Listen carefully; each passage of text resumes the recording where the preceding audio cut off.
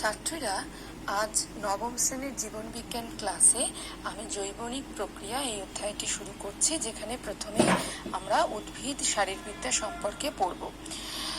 ছাত্রীরা, তোমরা তোমাদের জীবনবিজ্ঞান বইয়ের পেজ নাম্বার 50 খোলো, যেখানে দেখবে তোমরা সালোক সংশ্লেষ রয়েছে। আমরা প্রথমে আজকে সালোক সংশ্লেষ সম্পর্কে পড়ব। সালোক সংশ্লেষের ইংরেজি শব্দ হচ্ছে ফটোসিনথেসিস। ঠিক আছে, ফটোস অর্থাৎ হচ্ছে আলো, আর সিনথেসিস কথার অর্থ হচ্ছে সংশ্লেষ, অর্থাৎ আলোর উপস্থিতিতে খাদ্য সংশ্লেষ। এই প্রসেসটাকেই বলা হয় সালোক সংশ্লেষ বা ফটোসিনথেসিস। এটা একটা জৈবিক পদ্ধতি যেখানে আলোক শক্তি বা সৌরশক্তি রাসায়নিক শক্তিতে রূপান্তরিত হচ্ছে। সালোক সংশ্লেষ প্রক্রিয়ায় যে খাদ্য উৎপন্ন হয়, শর্করা জাতীয় খাদ্য, তার অণুর মধ্যে রাসায়নিক শক্তি স্থিতিশক্তি রূপে আবদ্ধ থাকে। যদি সংজ্ঞা বলতে হয় যে সালোক সংশ্লেষ কাকে বলে, তাহলে আমরা বলবো যে সালোক সংশ্লেষ হচ্ছে একটা শারীরবৃত্তীয় প্রক্রিয়া, যেখানে ক্লোরোফিল যুক্ত কোষে সূর্যালোকের উপস্থিতিতে এবং ক্লোরোফিলের সাহায্যে পরিবেশ থেকে জল এবং কার্বন ডাই অক্সাইডকে শোষণ করে তাদের মধ্যে রাসায়নিক বিক্রিয়া ঘটে এবং তার ফলে সরল শর্করা অর্থাৎ গ্লুকোজ প্রস্তুত হয়। আর এই উৎপন্ন খাদ্যে সৌরশক্তির আবদ্ধকরণ ঘটে এবং এই পদ্ধতিতে উপজাত বস্তুরূপে জল আর অক্সিজেন উৎপন্ন হয়। এই পুরো প্রক্রিয়াটাই সালোক সংশ্লেষ বা ফটোসিনথেসিস নামে পরিচিত। সাধারণত সালোক সংশ্লেষ ক্লোরোফিল যুক্ত উদ্ভিদের দেহাংশ, যেমন সবুজ পাতা, ফুলের বৃতি, সবুজ পাপড়ি, সবুজ কাণ্ড, সবুজ মূল, তারপরে সবুজ শৈবাল, মস, ফার্ন, এদের দেহে দেখতে পাওয়া যায়। এছাড়া এককোষী প্রাণী যেমন ইউগ্লিনা, ক্রাইসামিবা, তারপরে ব্যাকটেরিয়া যেমন রোডোসিউডোমোনাস, রোডোস্পাইরিলাম প্রভৃতির দেহ যেহেতু ক্লোরোফিল রয়েছে, সেই জন্য সালোক সংশ্লেষ এই সমস্ত প্রাণী দেহেও সম্পন্ন হয়ে থাকে। তবে সাধারণত সবুজ পাতার যে মেসোফিল কলা, সেখানেই সালোক সংশ্লেষ সংঘটিত হয়ে থাকে। তাহলে তোমাদের যদি প্রশ্ন করা হয় যে সালোক সংশ্লেষের প্রধান স্থান কোনটি, তাহলে আমরা বলবো যে পাতার মেসোফিল কলা। এখন আমরা দেখব সালোক সংশ্লেষের প্রধান উপাদানগুলো কি কি। তারা হলো কার্বন ডাই অক্সাইড, জল, সূর্যালোক এবং রঞ্জক পদার্থ। কি কি না, ক্লোরোফিল আর ক্যারোটিনয়েড। এবার কার্বন ডাই অক্সাইডের ভূমিকা কি?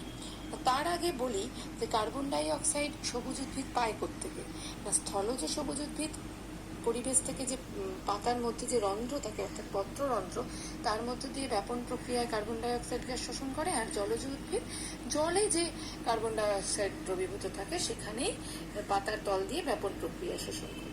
সালোক সংশ্লেষে কার্বন ডাই অক্সাইড একটি প্রধান কাঁচামাল হিসেবে ব্যবহৃত হয়।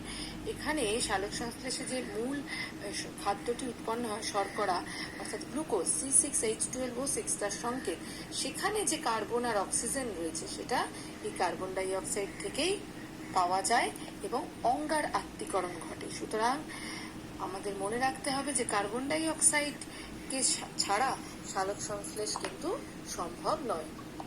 এখানে আমি একটা শব্দ উচ্চারণ করেছি, সেটা হচ্ছে অঙ্গার আত্তীকরণ।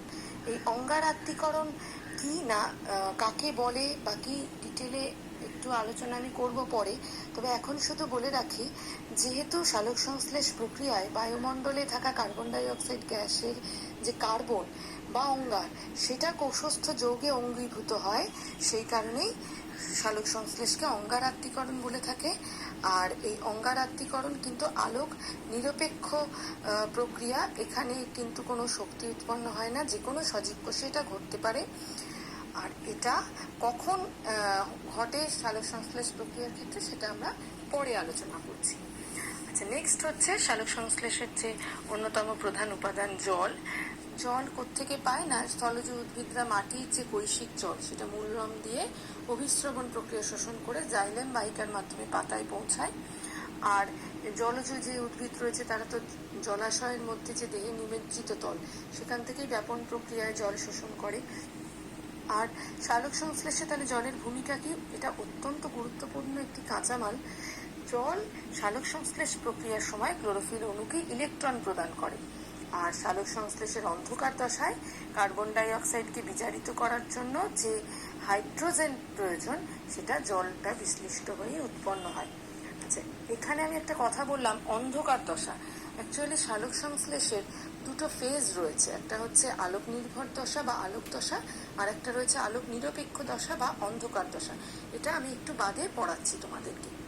কিন্তু আর একটা জিনিস মনে রাখতে হবে যে সালোক সংশ্লেষ প্রক্রিয়ায় যে উপজাত পদার্থ রূপে যে অক্সিজেন উৎপন্ন হয় তার উৎস কিন্তু জল। অর্থাৎ আমরা এর আগে কি বললাম যে খাদ্য উৎপন্ন হয় সালোক সংশ্লেষ প্রক্রিয়ায় গ্লুকোজ, সেখানে থাকা কার্বন আর অক্সিজেনের উপাদান মানে উৎস হচ্ছে কার্বন ডাই অক্সাইড, কিন্তু উপজাত পদার্থ রূপে যে অক্সিজেন উৎপন্ন হয় সালোক সংশ্লেষ প্রক্রিয়ায় তার উৎস কিন্তু জল। সালোক সংশ্লেষ প্রক্রিয়ার আরেকটি অপরিহার্য উপাদান হচ্ছে সূর্যালোক, কারণ আলোর প্রধান উৎসই হচ্ছে সূর্যালোক। এর মধ্যে যে উচ্চ শক্তি সম্পন্ন অদৃশ্য ফোটন কণা রয়েছে সেটা সালোক সংশ্লেষের সময় ক্লোরোফিলকে উত্তেজিত ও তেজময় করে তুলতে সক্ষম হয়। সালোক সংশ্লেষ প্রক্রিয়ার যে মূল যে প্রয়োজনীয় শক্তি, সেই শক্তি কিন্তু যোগান দেয় হচ্ছে সৌরশক্তি, কারণ সৌরশক্তি রাসায়নিক শক্তিতে রূপান্তরিত হয়ে এটিপি অণুর মধ্যে আবদ্ধ থাকে। এই এটিপি এর ফুল ফর্ম হচ্ছে অ্যাডিনোসিন ট্রাইফসফেট। সৌরশক্তি কোষের মধ্যে যে এটিপি রয়েছে অর্থাৎ অ্যাডিনোসিন ডাইফসফেট, তাকে উচ্চ শক্তি সম্পন্ন এটিপিতে পরিণত হতে সাহায্য করে। আর সালোক সংশ্লেষের সময় এই এটিপি থেকে এটিপি উৎপন্ন যে হওয়ার যে প্রসেস তাকে বলা হয় ফটোসিনথেটিক ফসফোরাইলেশন। আমি একটা সমীকরণ দিয়েছি, তোমরা দেখো তোমাদের বইয়ের 51 নম্বর পাতাতেও সেটা তোমরা দেখতে পাবে, যেখানে কিভাবে সৌরশক্তি ক্লোরোফিল অণুকে উত্তেজিত করছে এবং ইলেকট্রনের যোগান দিচ্ছে, সেটা তোমরা দেখতে পাবে। এরপর সালোক সংশ্লেষের আরেকটি গুরুত্বপূর্ণ উপাদান হচ্ছে ক্লোরোফিল। ক্লোরোফিল মূলত ক্লোরোপ্লাস্টের গ্রানাতে অবস্থান করে। ক্লোরোফিল বিভিন্ন রকমের হয়ে থাকলেও ক্লোরোফিল এ যেটা, সেটাই সালোক সংশ্লেষে মুখ্য ভূমিকা গ্রহণ করে থাকে।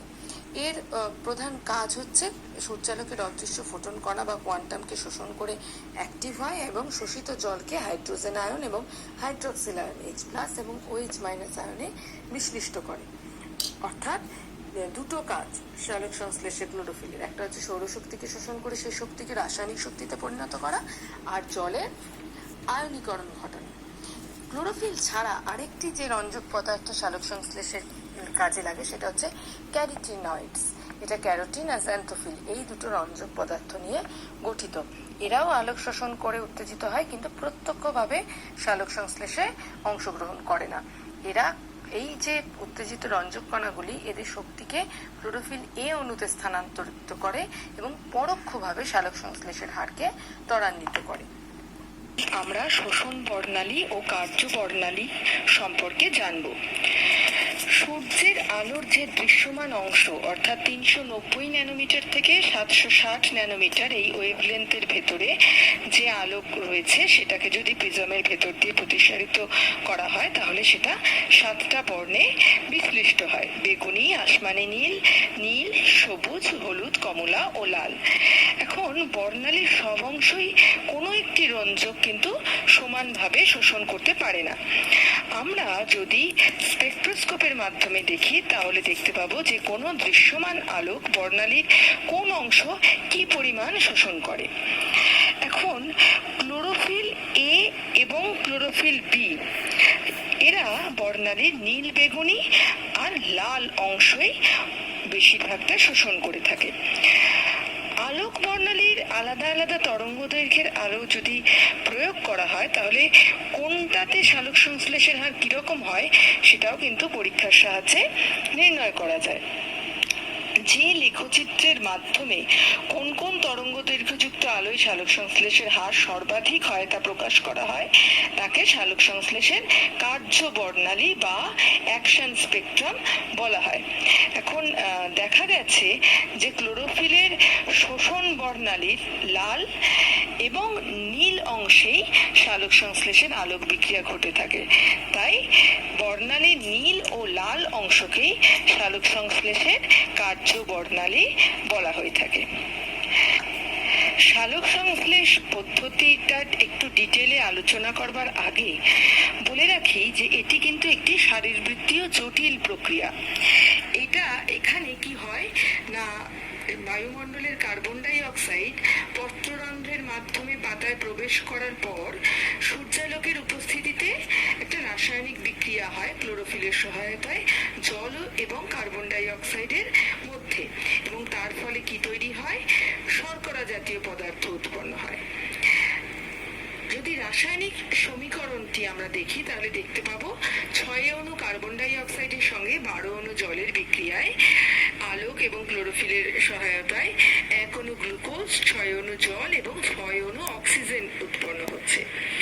এখন এখানে আমরা দেখতে পাচ্ছি যে কার্বন ডাই অক্সাইড বিজারিত হয়ে গ্লুকোজ তৈরি হচ্ছে বা শর্করা প্রস্তুত করছে, আর জল জারিত হয়ে অক্সিজেন মুক্ত করছে।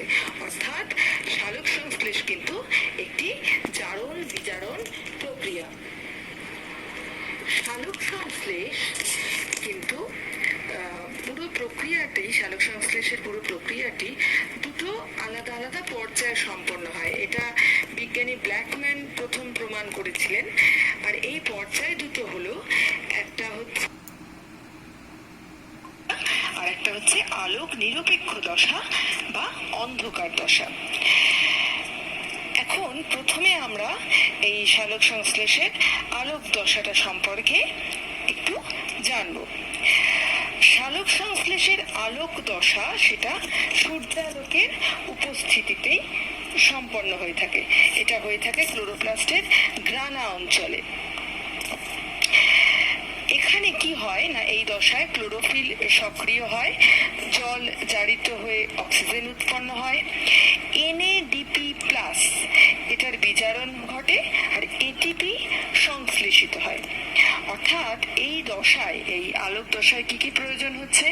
জল, ক্লোরোফিল, সূর্যালোক, NADP+ এবং ADP।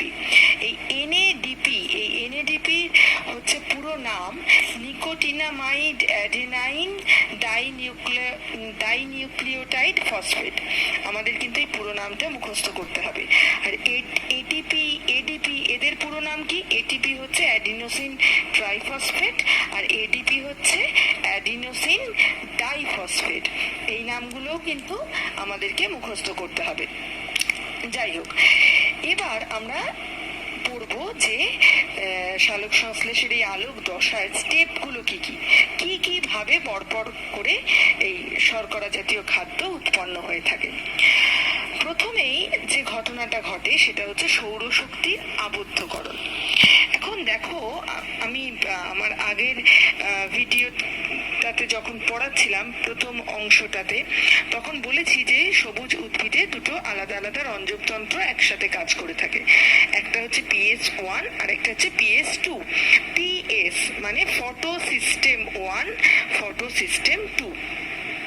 এখন প্রথম পর্যায়ে কি বললাম না, সূর্যালোকটা শোষিত হয়, সৌরশক্তি সেখান থেকে গৃহীত হয়। PS1 এটা মূলত ক্লোরোফিল A আর ক্যারোটিন, এই দুটো রঞ্জকতন্ত্র দ্বারা গঠিত হয়। এরা 700 ন্যানোমিটার 700 ন্যানোমিটার তরঙ্গ দৈর্ঘ্যের আলোতে সক্রিয় হয়। তাই এরা কিভাবে চিহ্নিত হয় না, P700 দ্বারা চিহ্নিত হয়। আর অন্যদিকে PS2 বা ফটোসিস্টেম 2, সেখানে কোন কোন রঞ্জকতন্ত্র থাকে? সেটা হচ্ছে ক্লোরোফিল B আর সাহায্যকারী রঞ্জকতন্ত্র হিসেবে জ্যান্থোফিল থেকে থাকে। এরা 680 ন্যানোমিটার তরঙ্গ দৈর্ঘ্যের আলোর দ্বারা সক্রিয় হয়, তাই এদেরকে P680 দ্বারা চিহ্নিত করা হয়ে থাকে। এটা হলো সৌরশক্তির আবদ্ধকরণ। নেক্সট যেটা হলো সেটা হচ্ছে এই সালোক সংশ্লেষের আলোক দশায় ক্লোরোফিল যে রয়েছে, সেই ক্লোরোফিল অণু কিন্তু সূর্যের ফোটন কণা বা কোয়ান্টামকে শোষণ করে উত্তেজিত হয়, অর্থাৎ সক্রিয় হয়ে ওঠে। এখন এই উত্তেজিত ক্লোরোফিল অণু থেকে কি হয়? ইলেকট্রন নিক্ষিপ্ত হয়। ইলেকট্রন নিক্ষিপ্ত হয়ে সক্রিয় ক্লোরোফিলে কনভার্ট হয় এবং NADP+কে ইলেকট্রন বিজারিত করে।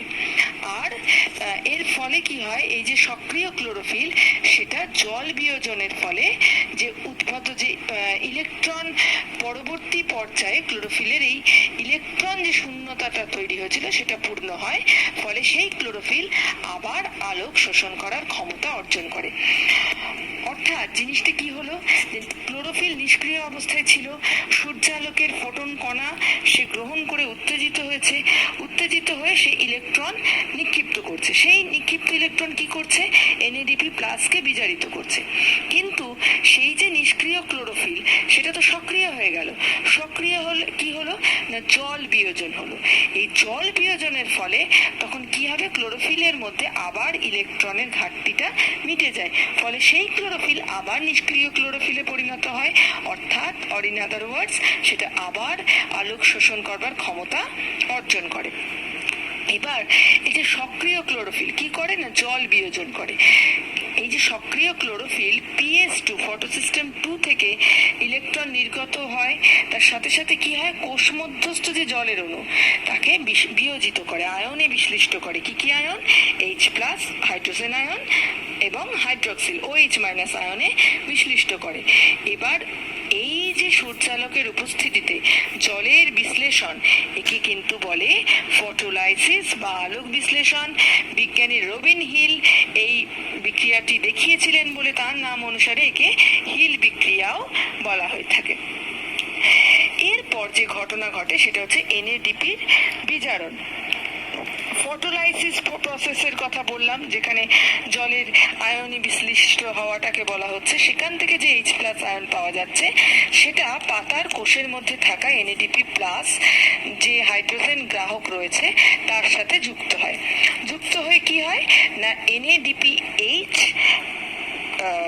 তৈরি হয়, কেমন, আর সাথে H+ আয়ন রয়েছে। এই NADP+ কে কিন্তু হিল রিয়েজেন্ট বা হিল বিকারক বলা হয়ে থাকে। এখন এই জলের যখন এই আলোক বিশ্লেষণ হয়েছিল, অর্থাৎ ফটোলাইসিস প্রসেস বলো বা হিল রিয়াকশন বলো, যাই বলো না কেন, সেখানে যে হাইড্রক্সিল আয়নটা হয়েছিল সেখান থেকে ইলেকট্রন বেরিয়ে যায় আর হাইড্রক্সিল মূলক গঠিত হয়।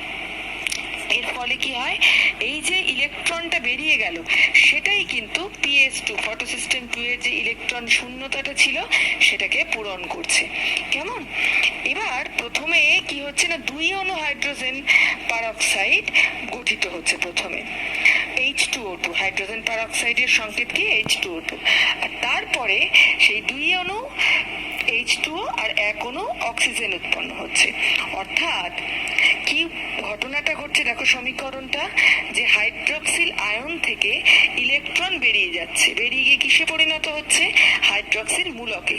এইরকম 4টে হাইড্রক্সিল মূলক প্রথমে 2 অণু হাইড্রোজেন পারক্সাইড বা H2O2 উৎপন্ন করছে। এই হাইড্রোজেন পারক্সাইডটা খুবই দ্রুততার সাথে আবার 2 অণু জল আর অক্সিজেনের অণু 1 অণু অক্সিজেন তৈরি করছে, আর বিপাকীয় জল দেহকোষে শোষিত হয়ে যাচ্ছে, আর অক্সিজেন এটা কি হয়, পত্ররন্ধ্রের মাধ্যমে পরিবেশে মুক্ত হচ্ছে, যেটা আমরা পাচ্ছি উপজাত পদার্থ রূপে দেখেছি যে সালোক সংশ্লেষে অক্সিজেন উৎপন্ন হয়, এইভাবেই কিন্তু অক্সিজেন উৎপন্ন হচ্ছে।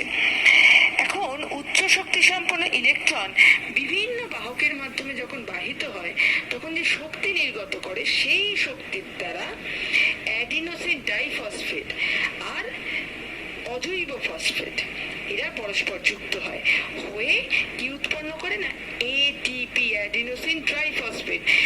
ADP অ্যাডিনোসিন ডাইফসফেট, অর্থাৎ 2টো ফসফেট রয়েছে, সেটা আরো একটি ফসফেটের সাথে যুক্ত হয়ে 3টে ফসফেট হয়ে গেল, তাই তার নাম হচ্ছে কি ATP অ্যাডিনোসিন ট্রাইফসফেট। ফলে সৌরশক্তি ATP অণুতে রাসায়নিক শক্তি রূপে আবদ্ধ হচ্ছে। এই যে সালোক সংশ্লেষের আলোক দশায় সৌরশক্তির সহায়তায় ATPর যে উৎপাদন, একে ফটোফসফোরাইলেশন বলে বা ফটোসিনথেটিক ফসফোরাইলেশন বলে, খুব ইম্পর্টেন্ট। এখন ATP থেকে কিন্তু এই ATPটা যে তৈরি হলো আলোক দশায়, ATP অণুর মধ্যে শক্তি সঞ্চিত থাকছে, ফলে ATPকে এনার্জি কারেন্সি বলা হচ্ছে। আর এই ATP কিন্তু অন্ধকার বিক্রিয়ার সময় যে প্রয়োজনীয় শক্তি তার সরবরাহ করে থাকে। আচ্ছা, এই হলো সালোক সংশ্লেষের আলোক বিক্রিয়া। এবার এই যে ফটোফসফোরাইলেশনের কথা বললাম, অর্থাৎ ADP থেকে ATP উৎপন্ন হওয়া, সেটা 2টো পদ্ধতিতে ঘটে থাকে। একটা হচ্ছে চক্রাকার বা আবর্তকার, আর একটা হচ্ছে অচক্রাকার বা অনাবর্তকার। চক্রাকার না P700 যে এক্সাইটেড যে ফটো সিস্টেমটা রয়েছে PS1 থেকে যে ইলেকট্রন বিচ্যুত হয়েছে সেটা ফেরিডক্সিন, প্লাস্টোকুইনন এদের মাধ্যমে সাইটোক্রোম যৌগতে এসে প্লাস্টোসায়ানিনের মাধ্যমে আবার আগের ফর্মে ফেরত চলে আসে। এক্ষেত্রে উচ্চ শক্তি সম্পন্ন ইলেকট্রন বাহকের মাধ্যমে এটা P700 এ ফিরে আসার সময় ফটোফসফোরাইলেশনের মাধ্যমে দু অণু এটিপি উৎপন্ন করছে। কেমন? অর্থাৎ ক্লোরোফিলের উত্তেজিত অবস্থা থেকে যে ইলেকট্রনটা বিচ্যুত হয়েছিল সেটা আবার যখন বিভিন্ন প্রসেসের মাধ্যমে ক্লোরোফিলে আবার ফেরত চলে আসছে এবং তখন কি হচ্ছে সেটা আবার আগের স্টেজে ফেরত চলে আসছে, নিষ্ক্রিয় ক্লোরোফিল বলো বা যাই বলো, তখন কি হচ্ছে এই সময় দুই অণু এটিপি উৎপন্ন হচ্ছে। কেমন? আর এখানে ইলেকট্রন বাহক হিসেবে কারা আসছে? ফেরিডক্সিন, দেখো FD দিয়ে বোঝানো হয়েছে, প্লাস্টোকুইনন PQ দ্বারা বোঝানো হয়েছে। কেমন? এটা কোথায় আসছে? সাইটোক্রোম যৌগতে এসে প্লাস্টোসায়ানিনের মাধ্যমে আবার যে নিষ্ক্রিয় ক্লোরোফিল তাতে চলে আসছে, পরিণত হচ্ছে। আর অচক্রাকার ফটোফসফোরাইলেশনে কি হয় না, এখানে PS2 ফটোসিস্টেম 2 এর কথা বলা হচ্ছে। যখন P680 থেকে ইলেকট্রন বিচ্যুত হয় তখন কি হয়, ইলেকট্রন বাহকের মাধ্যমে বাহিত হয়ে প্রথমে সেটা P700 এ এসে পৌঁছয়, তারপর P700 থেকে ইলেকট্রন বাহক কি করে, NADP+ এর কাছে পৌঁছে দেয়। এবার এই NADP+ হাইড্রোজেন আয়নের সাথে যুক্ত হয়ে কি হয়, NADPH গঠন করে আর সাথে H+ আয়ন তৈরি করে। এইবার হাইড্রোজেন আয়ন যখন কি হয়, জল বিশ্লিষ্ট হয়ে হাইড্রোজেন আয়ন যখন উৎপন্ন হয় তখন এই চক্রে অক্সিজেন, NADPH আর H+ উৎপন্ন হয় এবং এই সময়ও ফটোফসফোরাইলেশনের মাধ্যমে এক অণু এটিপি উৎপন্ন হয়। অর্থাৎ এইভাবে মোট ক অণু এটিপি উৎপন্ন হলো না, 3 অণু এটিপি উৎপন্ন হলো। নেক্সট আমরা পড়ব সালোক সংশ্লেষের আলোক নিরপেক্ষ দশা বা অন্ধকার দশা। ক্লোরোপ্লাস্টের স্ট্রোমা অঞ্চলে সূর্যালোকের সাহায্য ছাড়াই সংগঠিত হয়ে থাকে। আবার মনে করিয়ে দিচ্ছি, সালোক সংশ্লেষের আলোক দশা হয়েছিল ক্লোরোপ্লাস্টের গ্রানা অঞ্চলে, কিন্তু অন্ধকার দশা সংঘটিত হবে ক্লোরোপ্লাস্টের স্ট্রোমা অঞ্চলে। বিজ্ঞানী ব্ল্যাকম্যান যেহেতু 1950 সালে এই বিক্রিয়াটি পর্যবেক্ষণ করেছিলেন, তাই অন্ধকার বিক্রিয়াকে ব্ল্যাকম্যান বিক্রিয়া বলা হয়।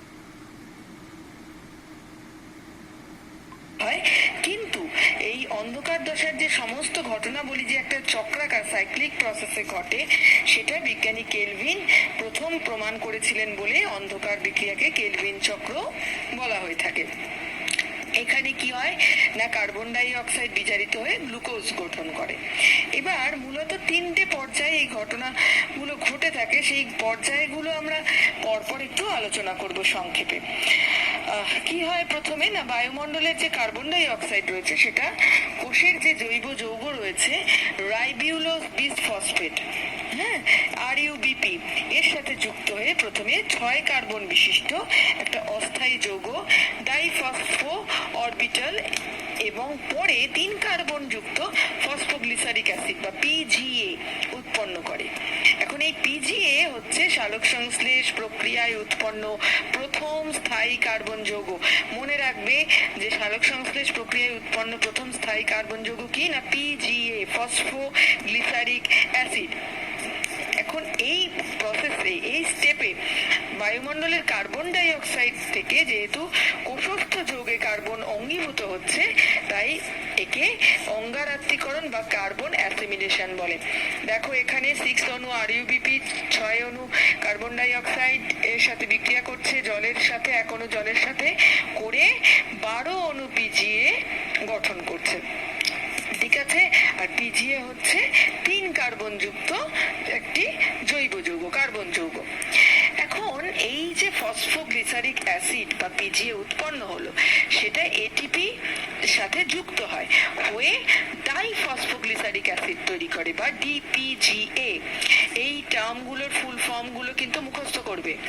এখন DPGA পরে NADPH এর সাথে যুক্ত হয়, হয়ে আবারও 3 কার্বন যুক্তই ফসফোগ্লিসারালডিহাইড এবং NADP+ উৎপন্ন হয়। দেখো NADP+ কিন্তু আমরা আবার ফেরত পেয়ে গেলাম, যেটা আলোক দশা NADP+ থেকে NADPH তৈরি হয়েছিল।